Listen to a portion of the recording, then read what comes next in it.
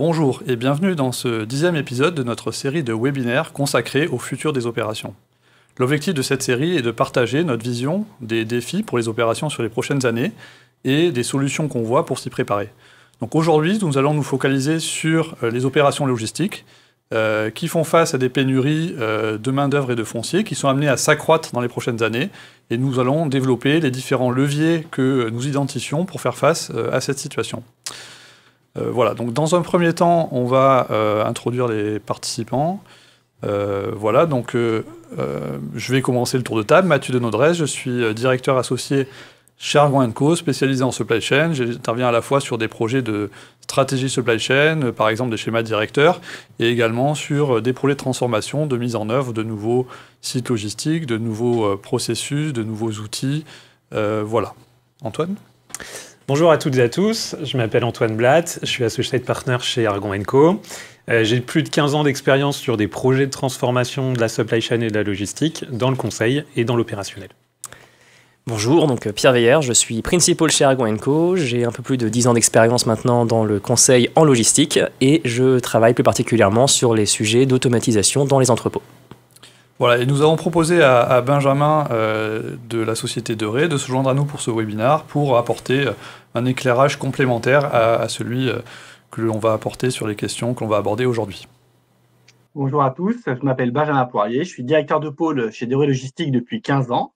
Je suis pharmacien de formation et je m'occupe d'activités logistiques pour les secteurs de la pharmacie bien sûr, mais aussi de la cosmétique et du fashion luxe. Très bien. Peut-être quelques mots sur Deré, Benjamin ? Oui, du coup, Deré Logistique appartient au groupe Deré. Le groupe aujourd'hui regroupe des activités bien sûr donc, de logistique, mais aussi de transport, qui compte une flotte de 320 véhicules actuellement, mais aussi de conditionnement primaire et secondaire. Nous avons une filiale immobilière en charge du parc immobilier et nous verrons l'impact que ça peut avoir par rapport au sujet qu'on va évoquer aujourd'hui. Et enfin, nous avons une branche hospitalité qui compte aujourd'hui 14 hôtels et 4 restaurants. Le groupe aujourd'hui compte 7000 salariés pour un chiffre d'affaires de 533 millions d'euros en 2023. Et nous sommes classés en 2024 6e groupe logistique en France et on exploite sur plus de 2 millions de mètres carrés, essentiellement en France. Très bien. Donc, ce qu'on propose dans ce webinaire, c'est dans un premier temps, on va revenir rapidement sur les défis de pénurie que j'ai évoqués en introduction. Ensuite, on passera l'essentiel du temps sur les différents leviers qu'on identifie pour faire face à ces défis. Et puis, à la fin de la session, on aura une partie de questions-réponses. Donc, n'hésitez pas à poser des questions dans le chat au cours de la présentation et on répondra à ces questions à la fin de la session. Donc, pour revenir sur les défis, donc, comme je disais, 2 défis majeurs, des pénuries de foncier. Alors, déjà, une situation qui est déjà pénurique en France dans certaines zones, en particulier dans le sud, dans le sud-est de la France. Il y a déjà des situations de pénurie. Par exemple, on a un de nos clients, grand groupe, qui cherchait une surface de 10 000 m² dans la vallée du Rhône ou l'Est lyonnais, sur une période assez courte. Il avait besoin de trouver une solution sous 6 mois. Ça a été très compliqué de trouver une solution. Une seule solution identifiée sur une zone assez large. Donc voilà, ça met en évidence ce décalage, ce déséquilibre entre l'offre et la demande sur certaines zones. Et on pense que cette situation va se dégrader sur les prochaines années, notamment liée à l'impact de la loi ZAN, donc pour zéro artificialisation nette.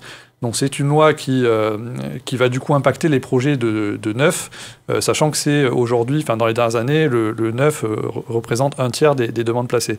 Donc sur le neuf, la loi ZAN, son impact, c'est qu'elle vise à horizon 2050, zéro artificialisation nette. L'objectif sur la décennie en cours, donc qui va de 2021 à 2031, c'est une artificialisation nette de moins 50% par rapport à celle qui a été réalisée sur la décennie précédente, donc 2011-2021. Donc voilà, et c'est quelque chose que nous, on commence à observer et à en voir l'impact sur certains projets. On avait récemment un projet de mise en œuvre d'un nouveau site logistique de grande taille automatisé, et le projet avait été quelque part validé d'un point de vue communauté de communes, mais le préfet a bloqué ce projet-là, justement au titre de cette loi zéro artificialisation nette. en prétextant qu'il y avait d'autres zones artificialisées qui étaient prévues pour ce type de projet, mais dans la réalité, il n'y avait pas de zone qui correspondait aux besoins, soit parce qu'elles étaient orientées vers d'autres types d'activités, soit parce qu'elles ne correspondaient pas aux caractéristiques attendues pour ce projet-là. Donc voilà, ça montre que cette loi commence à avoir des impacts sur les projets. Elle est la mise en œuvre est à la main des collectivités territoriales, donc ça peut être différent d'un territoire à l'autre, mais en tout cas, on commence, nous, à en sentir les effets.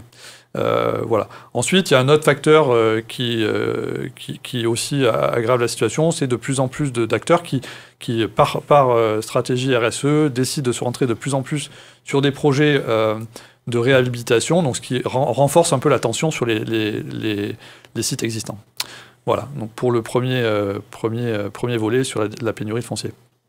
Et nous, comment, chez De Ré Logistique, on a pu appréhender ce nouveau contexte réglementaire au niveau foncier? Pour situer un peu notre société, historiquement, notre stratégie foncière, en fait, elle est portée principalement par le principe de la propriété.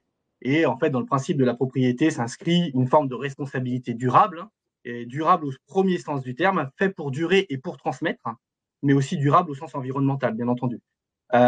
Et donc, la première action qu'on mène, en fait, finalement, par rapport à cette éventuelle pénurie au niveau foncier, c'est de conserver nos surfaces existantes à un haut niveau opérationnel et un haut niveau environnemental. Maintenant, on est conscient qu'avec ce changement-là, ça ne va pas permettre de répondre à tous nos clients, notamment ceux qui ont des croissances un peu importantes. Et comme le disait Mathieu, en fait, on est obligé de diversifier notre offre au niveau du foncier.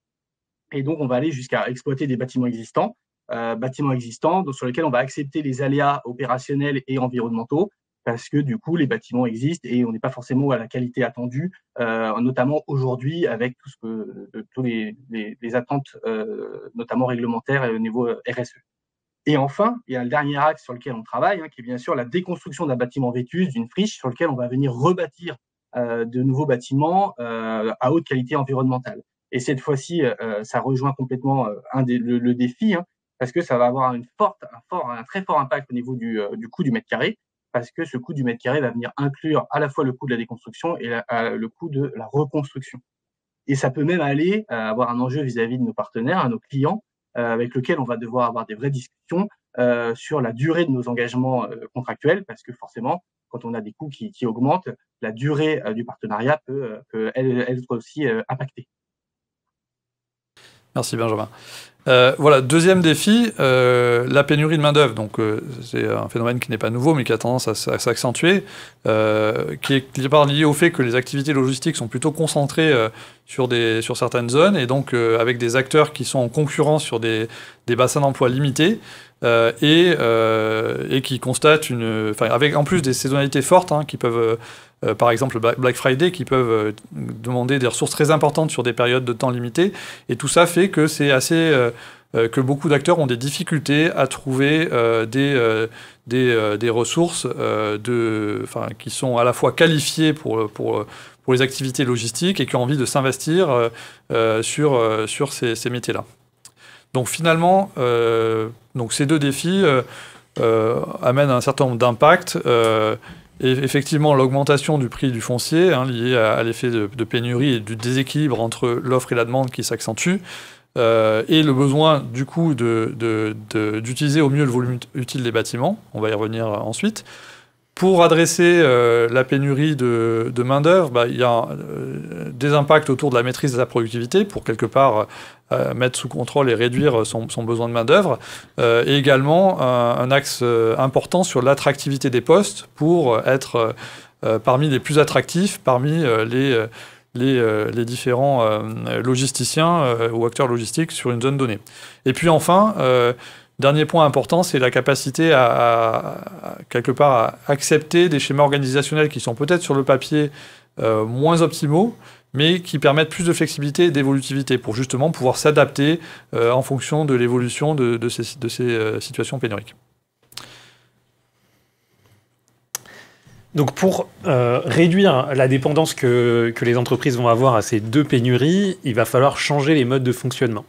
Donc on va pouvoir mettre en place des innovations technologiques, donc on va pouvoir mettre en place de l'automatisation, mettre en place de l'intelligence artificielle, mais aussi on va pouvoir mettre en place des innovations qui vont être plus classiques, moins disruptives, des innovations liées à l'optimisation des processus, qu'ils soient RH ou entrepôt, ou des innovations organisationnelles. Donc pendant ce webinaire, on va partager des exemples concrets sur 7 thématiques. Je vais vous les présenter rapidement et ensuite on les détaillera les uns à la suite des autres de façon plus détaillée. Donc la première thématique, c'est celle qui vient naturellement à l'esprit. Mathieu a commencé à l'introduire. C'est pour réduire le besoin en main-d'œuvre, il faut augmenter la productivité. Et donc le premier levier naturel, et c'est d'autant plus naturel que c'est un levier de maîtrise des coûts, c'est l'optimisation des processus entrepôts. La deuxième thématique est liée aussi à la productivité, mais au lieu d'essayer d'augmenter la productivité à tous les instants des processus entrepôts, on va essayer d'augmenter la productivité dans les moments où on est le moins bon. Thématique suivante, elle concerne la planification d'activités logistiques. Donc l'enjeu, ce sera d'améliorer la prévision d'activités logistiques pour réduire ensuite le besoin en surstaffing qu'on pourrait avoir dans les équipes entrepôts pour pallier à ces aléas de prévision qu'on aurait pu avoir sur l'activité logistique. La quatrième thématique concerne un levier qui vient naturellement à l'esprit quand on parle de pénurie de foncier et pénurie de main-d'œuvre, c'est l'automatisation qui va agir conjointement à la fois sur le besoin en ressources humaines et puis le besoin en foncier. Cinquième thématique, Mathieu a aussi commencé à en parler, c'est l'exploitation de toute la hauteur, c'est-à-dire qu'au lieu de raisonner seulement en surface utile, on va raisonner en volume utile. Et donc, on va essayer d'optimiser tout le volume qu'occupe l'entrepôt pour mettre en place les opérations logistiques. Et enfin, 2 thématiques liées à l'optimisation des processus RH. Le premier, c'est le pilotage de la pénibilité ressentie par les opérateurs logistiques, qui est un enjeu assez fort dans le recrutement aujourd'hui dans les entrepôts. Donc, piloter cette pénibilité ressentie au même titre qu'on pilote d'autres indicateurs de performance par ailleurs. Et enfin, la dernière thématique concerne toutes les actions à mettre en œuvre pour fidéliser davantage les collaborateurs. Donc voilà, c'est notre programme pour les 35 minutes à venir. Donc le premier levier concerne l'optimisation des processus entrepôts. Le message qu'on veut porter ici, c'est que même sur les processus les plus basiques, on peut trouver des gisements de productivité dans l'optimisation des besoins en ressources humaines. Donc ici, on va parler d'un processus qui est un peu dans le b.a.-ba de la logistique, qui est le processus d'implantation des pickings. Et on va parler d'un de nos clients qui est un distributeur spécialisé. Et on avait travaillé sur un de ces entrepôts qui préparait à la fois les commandes de réapprovisionnement des boutiques et les commandes e-commerce. Donc pour étudier l'amélioration de ce processus-là, on a modélisé de nombreux scénarios d'implantation et on a mesuré la distance qui était parcourue par les préparateurs pour juger de la pertinence des scénarios. Donc on a représenté sur cette page 4 scénarios qui ont été modélisés en partant d'une implantation complètement aléatoire à gauche qui va nous servir de référence jusqu'à une implantation complètement fixe à droite de la page. Le client utilisait une implantation assez classique, assez naturelle, qui est l'implantation numéro 2, c'est-à-dire que les produits étaient implantés de façon aléatoire, mais on prenait en compte quand même leur rotation. Les produits de plus forte rotation étaient au plus près des allées de circulation des préparateurs et les plus faibles rotations au plus loin de ces mêmes allées pour optimiser le chemin de picking. Et lors de cette étude, on s'est aperçu qu'une implantation un peu moins naturelle pouvait apporter de la pertinence et gagner de la productivité sur ce processus. C'est celle qu'on a représentée, qui est la numéro 3 sur la page. C'est-à-dire qu'on implante de façon fixe les fortes rotations et on implante de façon aléatoire toutes les autres, à savoir les moyennes et les faibles rotations. Et cette implantation, elle permet de gagner 11 à 25% sur le chemin de picking en fonction des journées qu'on avait étudiées dans le portefeuille de commandes. Et ce gain, il est dû au fait que sur les très fortes rotations qui sont implantées au plus près des allées, on va gagner une distance de picking assez faible finalement, mais comme on pique de très nombreuses fois ces références, au final, ça va nous faire gagner une distance significative sur l'ensemble du chemin parcouru par le préparateur. Au global, ça nous faisait une optimisation de l'ordre d'une grosse dizaine de % sur le chemin de picking, enfin sur la distance totale parcourue par le préparateur. Donc évidemment, c'est pas le temps global qu'on avait gagné pour les préparateurs, comme évidemment le préparateur ne fait pas que se déplacer, mais le temps de déplacement d'un préparateur, c'est quand même au minimum la moitié de son temps. Donc on arrive à gagner plus de 5% au global sur le temps global pris par les préparateurs pour réaliser la préparation. Et donc sur des entrepôts de plusieurs centaines de personnes dans des bassins saturés, ça représente une dizaine de personnes, voire plus sur les pics annuels, ou voire plus si l'entrepôt est encore plus grand que quelques centaines de personnes. Et c'est des nombres de personnes qui peuvent compter quand on est sur des bassins d'emploi saturés. Donc voilà, le message, c'était de se dire que quand on a des problèmes de recrutement, on arrive quand même à trouver des gisements de productivité, même sur des processus qu'on pense quand même être assez basiques et assez classiques, sur lesquels on a déjà travaillé de nombreuses fois. Et alors, pour compléter en fait ce que vient d'exposer Antoine, il y a un deuxième levier qui est pour optimiser la productivité moyenne d'un processus, qui nous vient de l'industrie et qui est beaucoup moins pratiqué, on va dire, dans le monde de la logistique.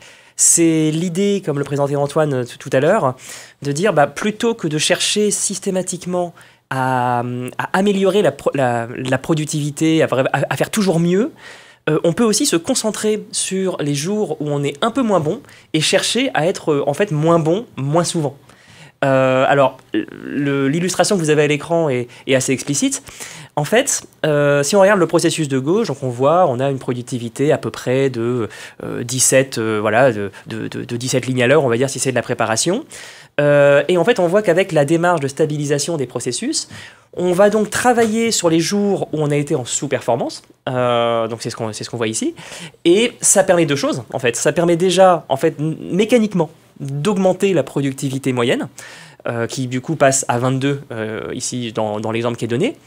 Et ça permet aussi, alors c'est un effet un peu plus subtil, mais on le voit, ça réduit la variabilité de cette productivité, ce qui fait que non seulement en moyenne on sera plus productif, mais en plus on aura moins de mal à prédire la charge, puisque la productivité sera plus facile à prévoir et dans des bornes plus petites. Alors, comment on fait ça opérationnellement, comment on mène ces projets? Alors en fait, il y a deux axes à travailler en parallèle. Un premier axe qui va être sur vraiment la partie données historiques. On va reprendre les historiques de données et on va les analyser statistiquement pour regarder déjà si le processus est-il ou non stabilisé. Ou est-ce qu'on voit que, ah tiens, c'est bizarre, il y a des points de données dans le passé où la performance a été anormalement basse. Donc ça, c'est un premier point. Et une fois qu'on a identifié un processus justement non stabilisé, dans ce cas-là, il y a une démarche d'amélioration continue à mettre en place sur le terrain avec les opérateurs. Donc c'est vraiment une démarche comme on le ferait dans l'industrie, tous les jours, tous les matins, on revoit les performances de la veille et on s'interroge. Est-ce que c'était une bonne journée, une journée normale, ou est-ce que c'était une mauvaise journée? Et si c'était une mauvaise journée, pourquoi? Et je dirais, en mutualisant ces informations-là, qui sont donc un peu à chaud, donc plus faciles à mémoriser, et les informations liées aux données, on parvient à identifier en fait les causes majeures de sous-performance. Et en travaillant sur ces causes de sous-performance, on parvient à stabiliser le processus. Alors, c'est très théorique, mais on a un exemple pour illustrer ces propos. Donc, on était donc chez un de nos clients, donc en logistique, distributeur spécialisé dans les outils industriels et les EPI pour l'industrie. Donc, pour resituer un peu, on était sur des produits très volumineux, très lourds, donc avec quand même des charges importantes à manipuler. Et notre client, malheureusement, nous faisait part de difficultés qu'il avait, que ce soit en termes de niveau de service ou que ce soit au niveau de la productivité qu'il jugeait un peu basse sur ce processus. Et en mettant en œuvre donc, cette démarche à la fois data et sur le terrain, en fait, on a assez vite identifié 3 causes majeures de sous-performance dans les processus du client.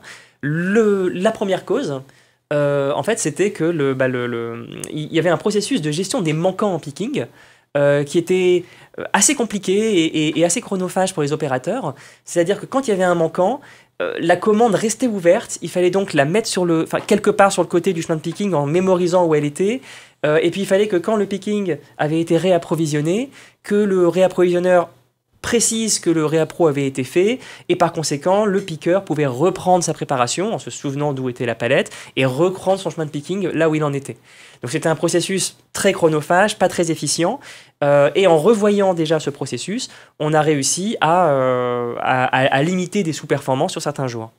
Les deux autres sujets qui ont été identifiés étaient eux, quant à eux, plus de l'ordre IT, enfin software on va dire.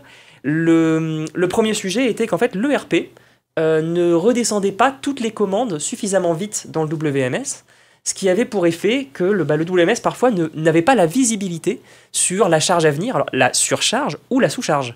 Et par conséquent, on prenait potentiellement opérationnellement des mauvaises décisions parce qu'on n'avait pas cette visibilité sur l'avenir. Et le dernier sujet qui a été traité était en fait aussi au niveau de la planification sur site. Les routines de planification et de lancement des activités, des préparations étaient assez statiques, assez figées. Et on se rendait compte que ça ne répondait pas à toutes les journées qu'on pouvait croiser, à tous les types de journées. Et par conséquent, en affinant un peu ces règles de pilotage, on a également pu éviter les périodes de sous-charge et lisser les périodes de surcharge. Donc en synthèse, ce que ça a amené, c'est assez rapidement, donc en l'espace de quelques semaines, quelques mois, il a été possible d'augmenter la productivité de l'ordre de 25%, et de remonter le niveau de service, ainsi que de réduire le lead time de préparation. Donc, et encore une fois, on a atteint ces résultats, non pas en cherchant à être meilleur les jours où on était déjà bon, mais en cherchant simplement à limiter les jours où on était sous-performant. Donc, la thématique suivante concerne la planification de l'activité logistique. Donc la planification de l'activité logistique, c'est souvent le parent pauvre de la planification supply chain. Il y a beaucoup de moyens qui sont mis sur la prévision des produits finis, et c'est logique parce que c'est là où sont les grands enjeux. En revanche, la planification d'activité logistique est souvent peu outillée et peu staffée. Alors que ce n'est pas forcément évident de transformer des prévisions de produits finis en prévisions d'activité logistique. On peut avoir des différences de mailles temporelles, géographiques entre ces deux prévisions. Et c'est souvent le directeur d'entrepôt, le directeur transport, un coordinateur logistique qui va transformer cette prévision de produits finis en prévision d'activité logistique dans un fichier Excel en utilisant des ratios, en se basant sur sa propre expérience, mais sans outils proprement dit. Donc c'était le cas dans le cas que je vais vous présenter maintenant. C'était pour un industriel de l'ultra frais. Dans ce business, la logistique a besoin d'être très réactive. Par exemple, un distributeur de la GMS peut passer une commande à midi pour être livré ensuite sur son entrepôt à 3 heures du matin. Donc la logistique doit préparer très rapidement la commande pour ensuite et affréter le transport pour ensuite aller livrer dans la foulée l'entrepôt. Donc c'était dans ce cadre-là. Et notre client avait 3 entrepôts en France avec chacun une zone de chalandise dédiée, avec donc des distances aux entrepôts relativement limitées pour arriver à être réactif par rapport aux demandes de la GMS. Du fait de l'outillage assez basique, le directeur d'entrepôt en l'occurrence travaillait dans Excel, et les prévisions d'activité logistique étaient perfectibles.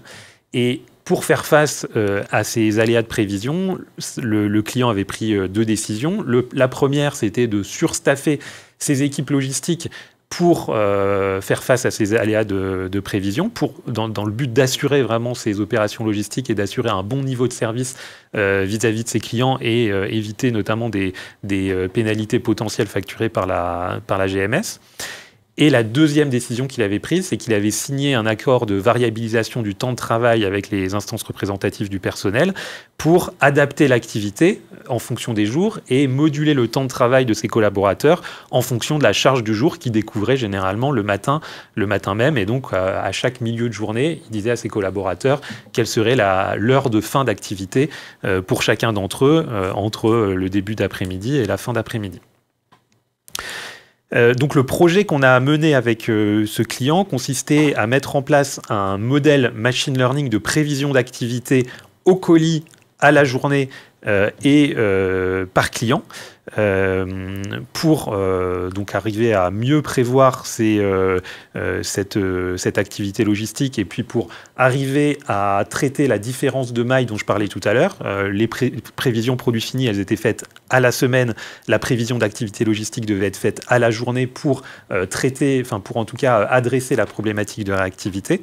Et puis, il fallait aussi transformer la prévision de produits finis qui était faite à la maille nationale sur la zone de chalandise de chaque entrepôt qui représentait à peu près un tiers de la France.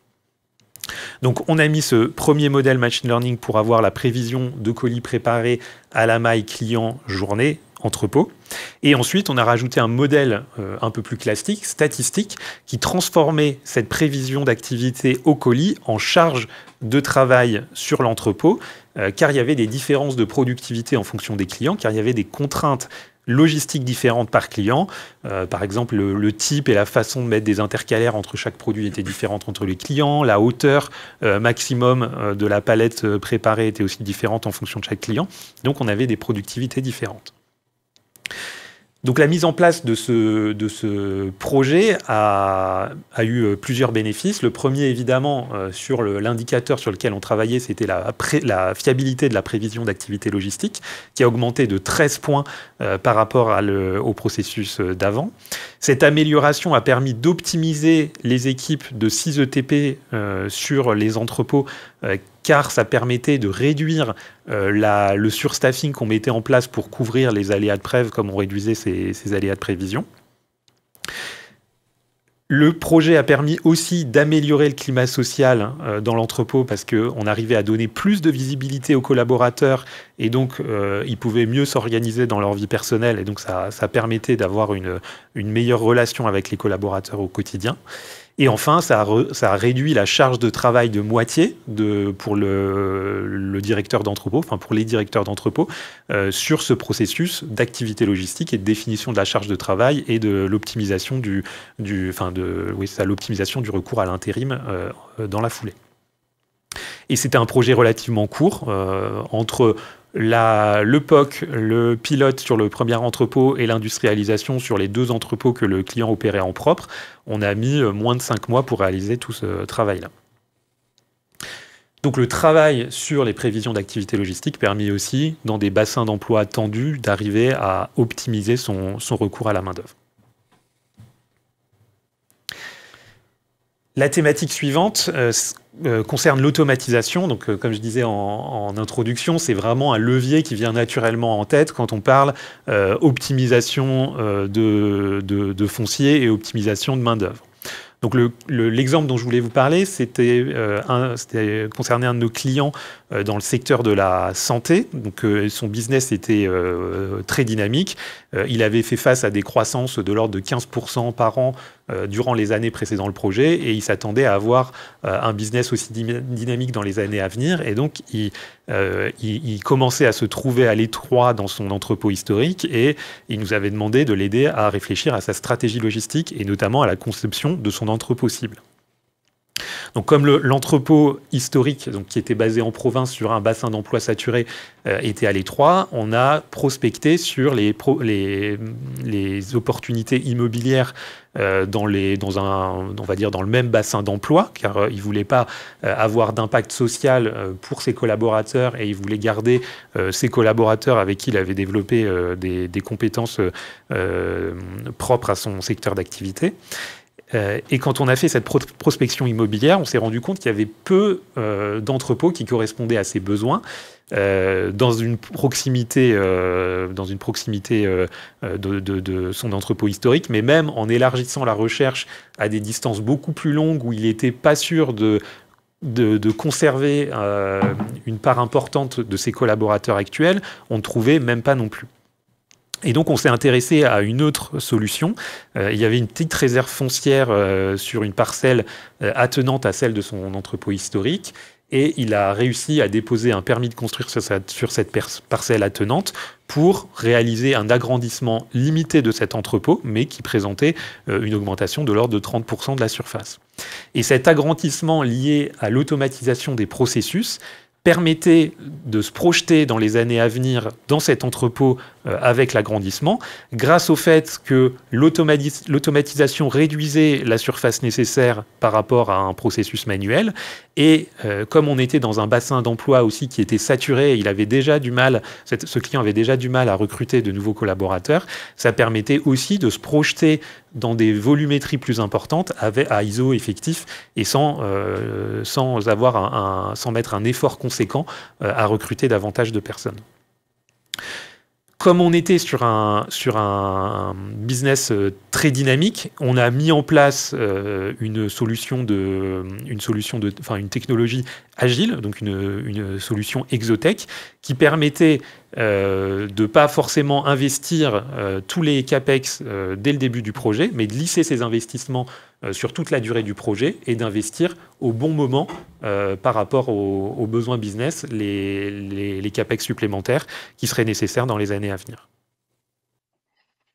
Pour partager mon expérience moi, sur ce sujet, nous déployons une solution comme celle présentée par Antoine actuellement, et les chiffres présentés sont vraiment très concrets et très réels, et ça répond vraiment aux deux enjeux. L'enjeu, comme le disait Antoine, sur la partie stockage, avec cette densification de stockage sur des surfaces disponibles, et l'enjeu 2 qui est la maîtrise de la main-d'œuvre, notamment dans un contexte de croissance forte, grâce à ces technologies. Mais l'atout, moi je dirais, de ces nouvelles solutions apportées sur le marché, c'est vraiment ce côté adaptable de l'automatisation. Moi, j'avais quand même tendance à croire que l'automatisation filait un petit peu les organisations. Mais aujourd'hui, les solutions qu'on nous propose sont vraiment adaptables et elles sont un peu scalable, et c'est un peu des formats de blocs qu'on vient rajouter en fonction de notre besoin. Et donc, oui, il y a un choix initial avec un CAPEX, mais la variation qu'il peut y avoir de croissance dans les années à venir, elle peut aussi être amenée à évoluer, au plus comme au moins. Et le fait d'avoir des solutions un peu en bloc, ça permet vraiment d'ajuster, certes, un CAPEX de départ sur lequel il faut s'engager, mais après, on peut s'adapter vraiment bloc à bloc et s'ajuster vraiment à la croissance réelle et observée. Et les délais pour réagir avec ce type de solution est de l'ordre de 6 mois à 1 an. Donc, on a cette visibilité d'évolution de croissance réelle, ce qui permet de vraiment faire varier l'évolution de la solution au sein de l'entrepôt. Et c'est vraiment très intéressant pour ça. Alors, et du coup, ça fait en fait le lien avec le sujet suivant, donc merci Benjamin. C'est en fait le sujet dont on voulait parler après, c'était le sujet de l'exploitation au mieux du volume utile en fait de l'entrepôt, et donc en exploitant au mieux la hauteur libre disponible aujourd'hui dans les sites logistiques qui sont exploités. Alors, parce que pour remettre un peu dans le contexte, on a tendance en France quand même à rester sur des standards en logistique, des entrepôts de 12 mètres de hauteur libre à peu près, sans forcément se poser la question de la grande hauteur, ou du moins en ne se la posant pas suffisamment. Là où nos voisins européens sont certainement beaucoup plus avancés que nous sur ce sujet. Et pour illustrer un peu comment utiliser la hauteur libre bénéficie en fait à la logistique, on a pris l'exemple d'un client que l'on a pu accompagner il y a maintenant quelques temps. Donc on était dans du retail spécialisé avec un référentiel, comme vous pouvez le voir, très très large, et une couverture de stock assez importante. Et ce client souhaitait mettre en œuvre un nouveau site logistique assez fortement automatisé, et souhaitait pour cela construire un nouveau site. On a recherché des terrains, et il s'est avéré que sur une parcelle sur laquelle le site était pressenti, il était possible, le PLU, donc le plan local d'urbanisme, autorisait de monter le bâtiment jusqu'à 16 mètres. Et en fait, le client nous a interrogé, il nous dit en fait, est-ce que j'ai intérêt à construire un site à 16 mètres ou plutôt à rester sur du standard à 12 mètres? Et en faisant cette étude, on s'est rendu compte de plusieurs choses, et c'était assez intéressant. Le premier point, c'est qu'effectivement, quand on monte la hauteur de l'entrepôt, il y a un surcoût au niveau immobilier. En fait, c'est surtout porté par la dalle qui doit supporter des charges plus importantes, et par conséquent, le CAPEX immobilier augmente. Par contre, un effet bénéfique qu'on n'avait peut-être pas estimé à sa juste valeur, c'était qu'en fait, le fait de monter plus haut permettait de dimensionner les équipements process différemment, et par conséquent de mieux les optimiser Et en fait, en parallèle de cette augmentation de CAPEX immobilier, on avait une réduction du CAPEX sur les équipements. Alors, au global, le projet restait légèrement plus cher, de l'ordre de 8%. Mais par contre, il y avait quand même un certain offset de cette hausse de CAPEX immobilier.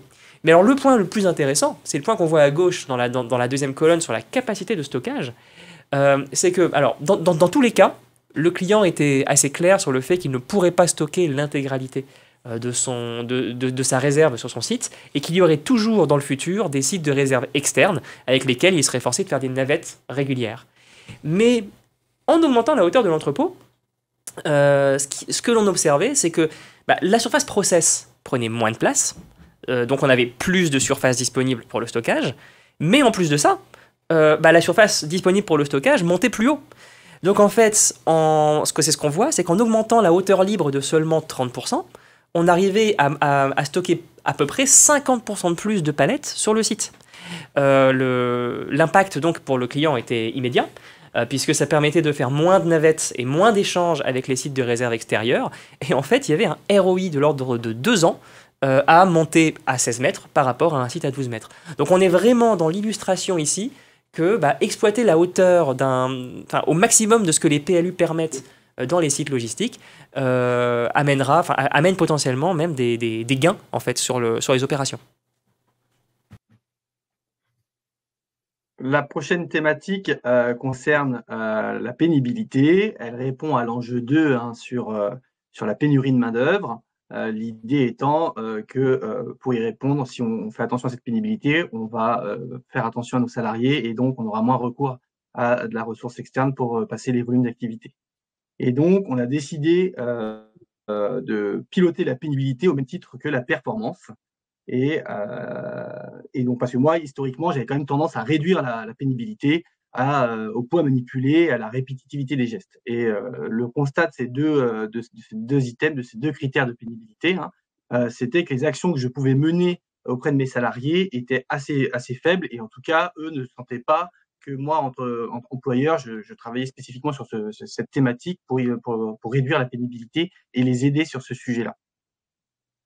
Et du coup, la deuxième observation qu'on a vue en travaillant sur ce sujet-là, c'était que finalement, cette mesure de poids manipulé et répétitivité des gestes n'était pas forcément liée à la pénibilité ressentie par nos salariés. Et il n'y avait pas de lien direct. Donc, pour la piloter, on a décidé de choisir des indicateurs pertinents pour nous, et donc on a choisi le taux de fréquence des accidents et le taux d'absentéisme. Et vous y verrez forcément le lien avec la pénurie de main-d'œuvre. Si on améliore ces deux indicateurs, on améliore forcément cette problématique en lien avec la thématique de pénurie. Et donc, on a ouvert les discussions avec nos salariés de façon très franche, et au lieu de réduire finalement la pénibilité à un minimum de critères, on a essayé de partir sur un autre principe qui est de dire on va ouvrir la discussion sur qu'est-ce qui est pénible pour mes salariés.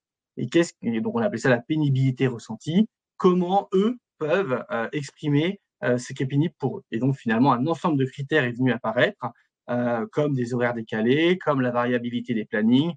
Il y a également le poids, la répétitivité, les positions des personnes, voilà. Un ensemble de multitudes par travail, en fait, parce que pour le coup, ça nécessite de faire ce travail-là par type de travail.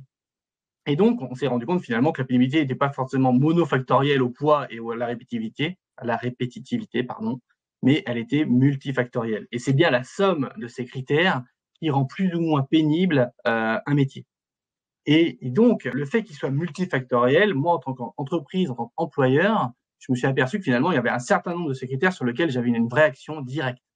Et donc, le fait de pouvoir travailler sur ces critères sur lesquels j'avais une possibilité d'action, j'avais la capacité à réduire la pénibilité ressentie auprès de mes salariés. En conclusion, on a reconnu que les métiers que nos opérateurs exerçaient étaient pénibles, parce que dans tous les cas, ça reste des métiers pénibles, notamment les métiers de la manutention. En 2, on établissait une cartographie qui permettait de définir par type de travail les facteurs de pénibilité ressentis par nos salariés. Et en 3, l'organisation, l'employeur, lui, venait agir sur certains de ces critères. La finalité, c'est que nos métiers restaient pénibles, certes, mais c'est surtout que derrière, on venait réduire certains critères de pénibilité, et donc la perception pour nos salariés était vraiment directe de réduction de pénibilité. Et le taux de fréquence Et le taux d'absentéisme, quand on a réalisé cet exercice, ça s'est diminué très grandement, de l'ordre de 30%. Donc, on a vraiment eu les résultats qu'on n'attendait pas d'ailleurs aussi forts par rapport à ce pilotage de la pénibilité au même titre que de la performance. Le dernier item qu'on voulait vous partager, du coup, lui concerne cette fois-ci sur la marque employeur et le travail du discours de l'entreprise. Pour faire face à la pénurie de main-d'œuvre, il est important pour nous de fidéliser nos salariés et d'augmenter la conversion de nos employés temporaires en employés durables pour diminuer le recours, encore une fois, à de la main-d'œuvre temporaire pour passer les volumes d'activité. Donc, ça répond toujours à l'enjeu 2 qui a été présenté en début de cette session. Toute entreprise doit gérer ses talents, la logistique aussi. Et pour cela, nous, historiquement, on s'appuyait grandement sur nos managers de proximité, qui, eux, étaient en charge de fidéliser les opérations et les opérationnels, les personnes, les salariés. Et ils focalisaient leur discours sur un discours très technique, sur le sens du travail, qui est hyper important, hein, bien sûr. Si on n'explique pas le sens du travail, c'est très difficile de convaincre un salarié de s'engager dans un projet entreprise. Mais ce discours, il est très variable parce qu'il est très dépendant du manager de proximité que vous avez. Et pour diminuer cette variabilité, pour augmenter l'aspect qualitatif de ce discours, nous avons décidé de décentraliser les fonctions RH au plus proche des opérationnels. Le fait de décentraliser les fonctions RH a pour objectif donc de faire rencontrer la fonction RH et les opérationnels dans un autre contexte de celui des missions RH traditionnelles. C'est de les rencontrer plus souvent et c'est surtout d'apporter un discours sur la marque employeur qui est beaucoup plus formaté sur cette partie-là que sur la partie technique. Et donc, quand on vient associer un discours technique de nos managers de proximité et un discours sur la marque employeur, on a eu un taux de conversion de nos demandes d'embauche qui était vraiment plus important. On a associé cet axe de travail-là autour d'un item qui était comment on fédère finalement. C'est super d'essayer de transformer, mais comment on fédère autour d'un discours d'entreprise et comment on crée un esprit groupe qui permet aussi de garder et de conserver nos salariés dans un état d'esprit plutôt positif. Et pour cela, en fait, on a créé des challenges autour de la RSE, autour de la performance, autour de la qualité, autour de la sécurité. Tout un ensemble de challenges. Et le but du challenge, il est porté surtout, l'objectif du challenge, il est porté surtout sur le caractère participatif et sur le caractère prise d'initiative de chacun et pour ces challenges. Et ça, c'est très important, notamment chez Deray, où la prise d'initiative est encouragée perpétuellement. Et donc, dans le challenge, il y a aussi la récompense. Et ça, c'est aussi important parce que les collaborateurs, ils aiment bien faire des choses, mais ils aiment bien être récompensés. Et le meilleur résultat qu'on a pu observer autour des challenges, c'est le challenge alimentaire. Et donc, dont la récompense, en fait, est soit un petit déjeuner, soit un food truck. C'est assez étonnant, mais pour l'avoir expérimenté, c'est vraiment très concret. Et donc, quand la récompense amène une récompense alimentaire, les gens adhèrent beaucoup plus à ce challenge.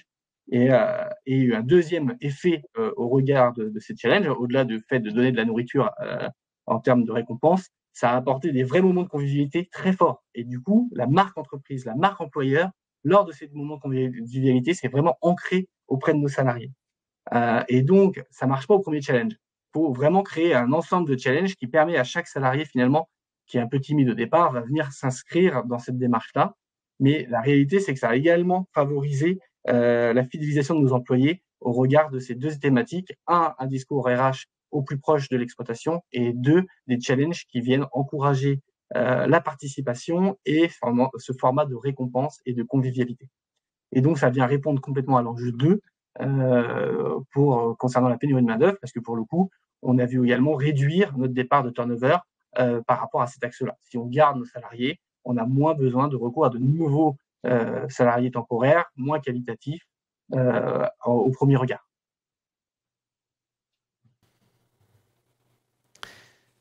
Donc voilà, on a détaillé les 7 thématiques qu'on voulait détailler pour répondre à cette double pénurie de foncier et de main-d'œuvre.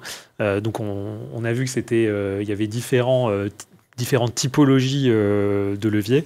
Donc maintenant, ce qu'on vous propose, c'est de passer à la séance de questions-réponses. Et donc, Johanna, je ne sais pas s'il y avait des questions qui sont apparues dans le chat pendant le webinaire. Alors oui, pas mal de questions. La première, parmi tous les leviers proposés, lesquels sont les plus rapides à mettre en œuvre jusqu'à l'obtention de résultats tangibles et lesquels sont les moins coûteux? Alors là-dessus, on avait différentes typologies de leviers. On avait un certain nombre de leviers qui étaient axés sur l'optimisation des processus. Donc évidemment, ceux-là sont les plus rapides et, on va dire, immédiats à mettre en place. On n'a pas à changer les outils qui soient de l'ordre SI, de l'ordre des équipements logistiques, que ce soit l'immobilier. Donc évidemment, c'est les leviers les plus accessibles et les plus faciles. C'est aussi peut-être les leviers qui vont aussi générer des gains qui sont peut-être les plus limités par rapport à tous les leviers qu'on a proposés. On a un deuxième type de levier qui est la mise en place d'outils SI, donc notamment quand on a parlé de planification d'activités logistiques, c'est peut-être des leviers qui sont relativement simples à mettre en place. Je vous ai parlé de la durée de mise en place qui était relativement limitée, de l'ordre de 6 mois. Donc on peut se projeter, on va dire, à moyen terme sur ces leviers qui ont un retour sur investissement relativement rapide aussi, comme les optimisations de processus. Et enfin, on a des leviers qui traitent de l'optimisation et de la modification des équipements logistiques et du foncier. Et à ce moment-là, forcément, on est plutôt sur du moyen-long terme. Quand on parle de bâtiments de grande hauteur, enfin en tout cas avec des hauteurs comme les a présenté Pierre, forcément on est rarement sur des bâtiments existants, donc c'est plutôt de la construction, donc on est plutôt sur des durées de 24-36 mois. Donc on est sur des leviers un peu plus structurants, un peu plus longs, mais qui apportent aussi peut-être un retour sur investissement plus conséquent. Alors après, peut-être juste pour compléter, sur l'automatisation, il y a certaines technologies qui sont peut-être un peu plus rapides à mettre en œuvre, mais c'est vrai que globalement, on va quand même être plutôt sur des gains moyen-long terme. Et concernant la partie RH, c'est celle que j'ai un peu développée.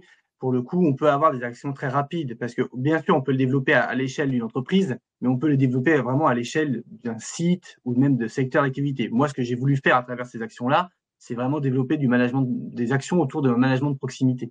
Et donc, bien sûr que le but, c'est que ça soit déployé en worldwide dans toutes les entreprises et dans tous les sites. Mais on peut vraiment actionner ces deux leviers de challenge ou de mesure du taux de fréquence et du taux d'absentéisme avec des actions qui sont très concrètes autour de la pénibilité à l'échelle d'un secteur, d'un dossier, d'un site. Et ça, c'est l'avantage aussi d'avoir des résultats très concrets et presque de montrer un peu par l'exemple que ça peut marcher.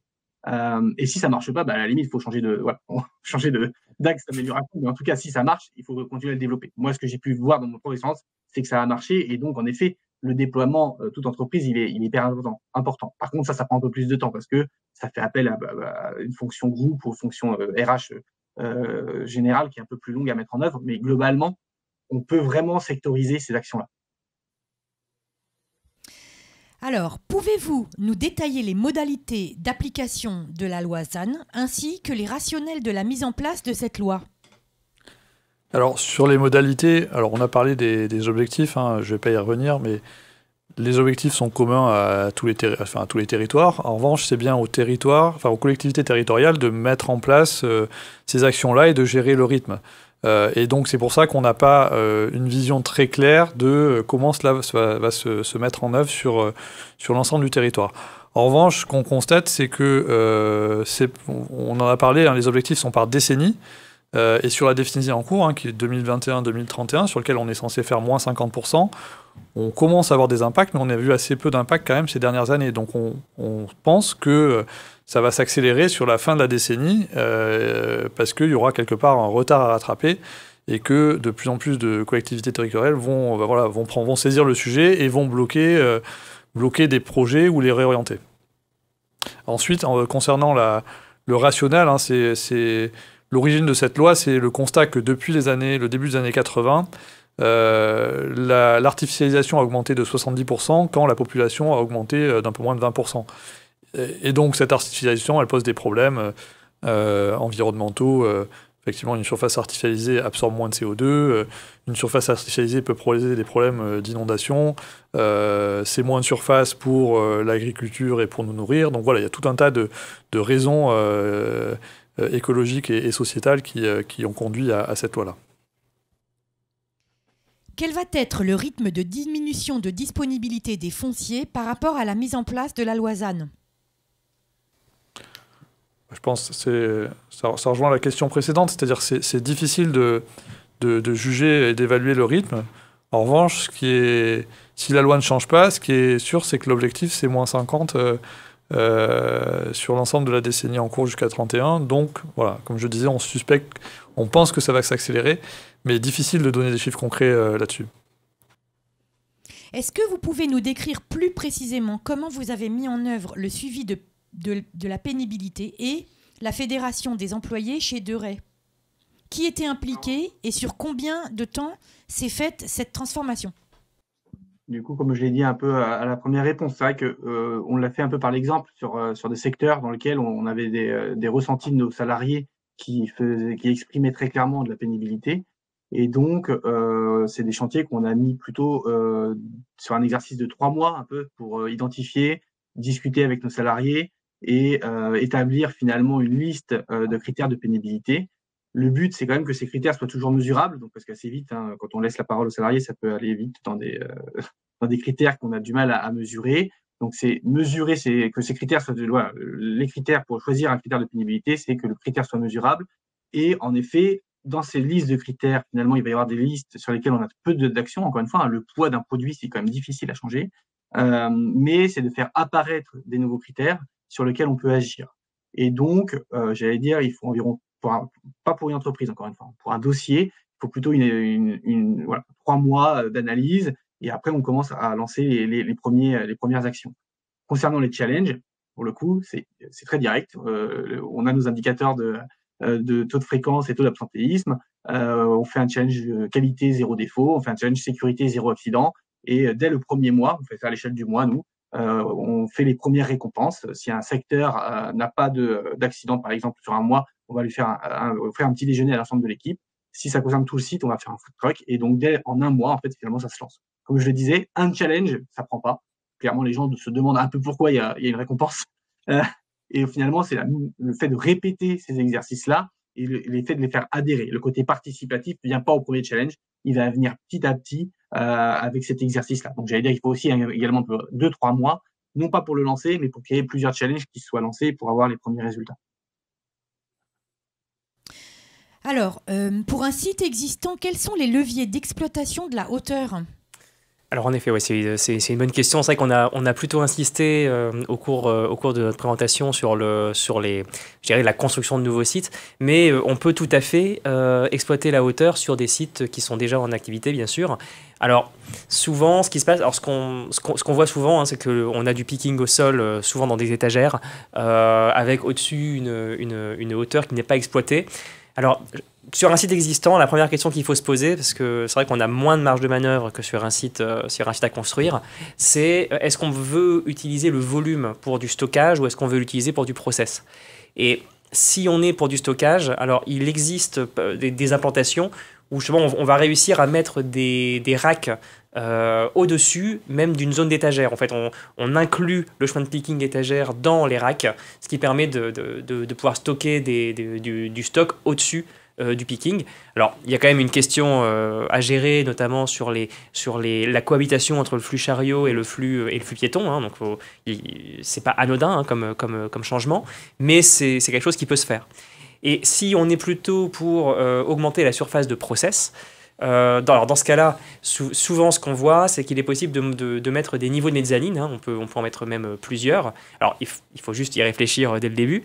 Et par contre, dans ce cas-là, ce qu'on mettra plutôt en mezzanine, ce sont des activités soit à très faible flux, soit des activités secondaires. Par exemple, les machines pour former ou fermer les cartons, par exemple. Donc, tout ça avec comme objectif de limiter au maximum les flux de changement de niveau, parce que c'est toujours une complexité supplémentaire, en tout cas au niveau des opérations. Donc, ce sera toujours plus compliqué, c'est sûr, que sur un site à construire, sur lequel on ne va pas penser l'utilisation du volume à la base, mais voilà, il ne faut pas se décourager, il y a quand même certainement des choses à faire.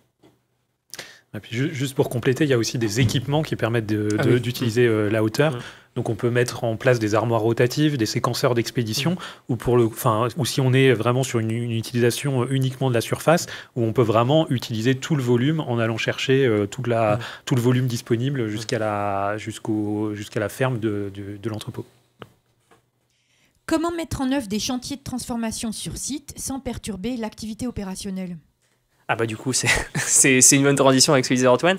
Alors c'est vrai que oui, quand notamment c'est une question qu'on se pose souvent sur les chantiers d'automatisation dans des sites existants. Il est rare d'avoir une énorme zone de 5000 m² disponible pour faire un chantier dans des sites existants. Alors il n'y a pas de secret, entre guillemets, hein. Il est toujours nécessaire, à un moment donné, de faire un trou quelque part dans les activités pour avoir une zone de chantier qu'on puisse utiliser en toute sécurité. Parce que le problème du chantier, hein, ce sont surtout les problèmes de sécurité et de pénibilité qui pourraient impacter l'activité en cours. Alors, souvent, dans ce cas-là, ce qu'on fait, le plus courant, c'est de plutôt se délester d'une partie du stock, puisque c'est entre guillemets ce qui est le moins douloureux. Alors ça va être un petit surcoût, hein, on ne va pas se le cacher dans la transformation. Il va falloir prendre du stockage externe pendant quelques temps, mais sur l'ensemble de la durée du projet, ça reste un coût assez marginal, et ça permet quand même de faire le chantier dans de meilleures conditions. Après, il existe d'autres solutions, notamment pour monter des mezzanines ou des structures de nuit ou le week-end, mais il y aura également un surcoût à terme. Le fournisseur répercutera la hausse du coût de main-d'œuvre sur le coût du projet. Donc, il y a des solutions, mais le plus simple est bien, à un moment donné, de réussir à libérer une surface qui soit disponible pour faire le chantier. Très bien. Bien, on arrive au bout de ce webinaire. En tout cas, s'il y a sûrement d'autres questions sur lesquelles on n'a pas eu l'occasion de revenir là, on se permettra de revenir vers vous pour ces questions-là. Voilà, merci d'avoir participé à ce webinaire. Nous vous invitons à participer au prochain webinaire qui aura lieu demain à la même heure, hein, qui sera consacré à l'économie circulaire et comment des ETI en fait, montrent la voie en mettant en place de nouveaux modèles supply chain adaptés à l'économie circulaire. Voilà, ce sera le thème de demain. Merci et bonne journée.